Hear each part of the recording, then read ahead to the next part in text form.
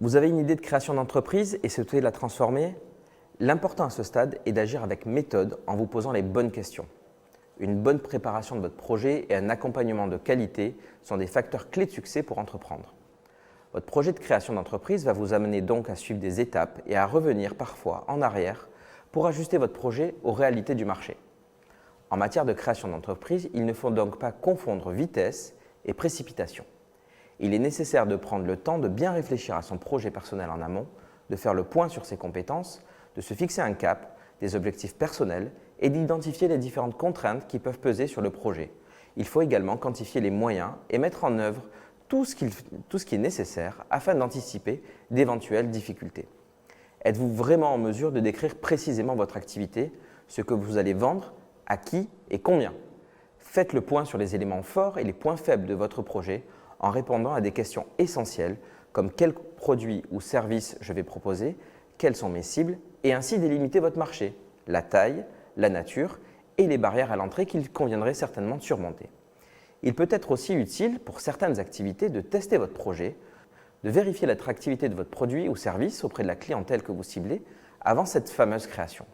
Cela peut se faire notamment via un blog, un site que vous avez créé ou via une plateforme de crowdfunding par exemple. Vous pouvez également essayer de faire ce que l'on appelle des POC, à savoir des preuves de concept. L'étape suivante est évidemment l'information. L'information est clé dans cette stratégie de vitesse. Renseignez-vous sur les aides à la création d'entreprise, identifiez celles qui vous concernent.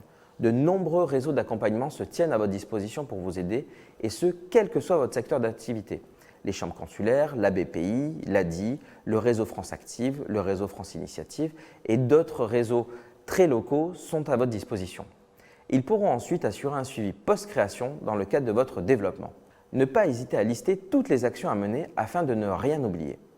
Votre projet prend une forme de plus en plus réaliste, votre idée de départ est maintenant affûtée et vous êtes sûr de pouvoir trouver des clients. Il est temps de chiffrer votre projet, trouver des financements et ainsi choisir la structure juridique la plus adéquate. Ces deux premières étapes nous amènent à rédiger un business plan afin de vérifier si votre projet est viable financièrement, mais également le chiffrer en élaborant un prévisionnel et en recherchant vos futurs partenaires. Le projet prend forme, il faut donc connaître précisément les aides existantes et les apports que vous pouvez mettre dans ce projet. En parlant d'apports, nous allons définir les apports personnels, les apports en tant qu'investisseur et également les apports qui peuvent être d'organismes privés ou publics. Un projet de création bien préparé, cohérent et porté par un ou plusieurs créateurs motivés aura donc toutes les chances d'obtenir un financement. Construisez minutieusement votre plan de financement en fonction d'éléments objectifs et présentez aux financeurs et à vos futurs partenaires un dossier complet.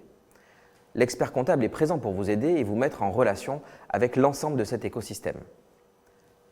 Enfin, il n'existe pas de structure parfaite. Le statut juridique conseillé est celui qui est adapté au projet, à sa finalité, à son ambition et à la stratégie que vous avez définie.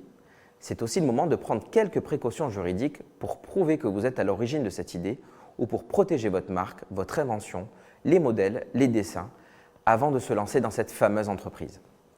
Bien penser que le choix de sa structure juridique aura des conséquences sur votre fiscalité et sur votre régime social.